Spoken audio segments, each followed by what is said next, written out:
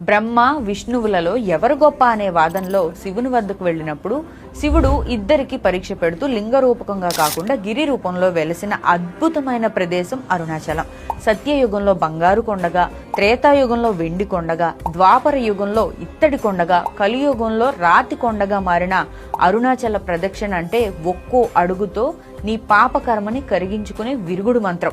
అరుణాచల ప్రదక్షిణ అంటే ఎంతో మంది ఋషులకు మునులకు ఎన్నో ఏళ్ల సాధన తర్వాత గానీ దొరకని అదృష్టం.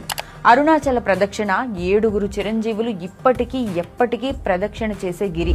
అంత పవిత్రమైన అరుణాచల క్షేత్రంలో నువ్వు వెళ్ళాలి అనుకున్నప్పుడు కాదు, ఆ స్వామి అనుగ్రహం ఉంటేనే వెళ్ళగలిగిన ఓ దివ్య క్షేత్రం. ఇప్పటికీ దర్శించిన ప్రతి ఒక్కరి పట్ల స్వామి చూపు ఉన్నట్టే గమనించాలి.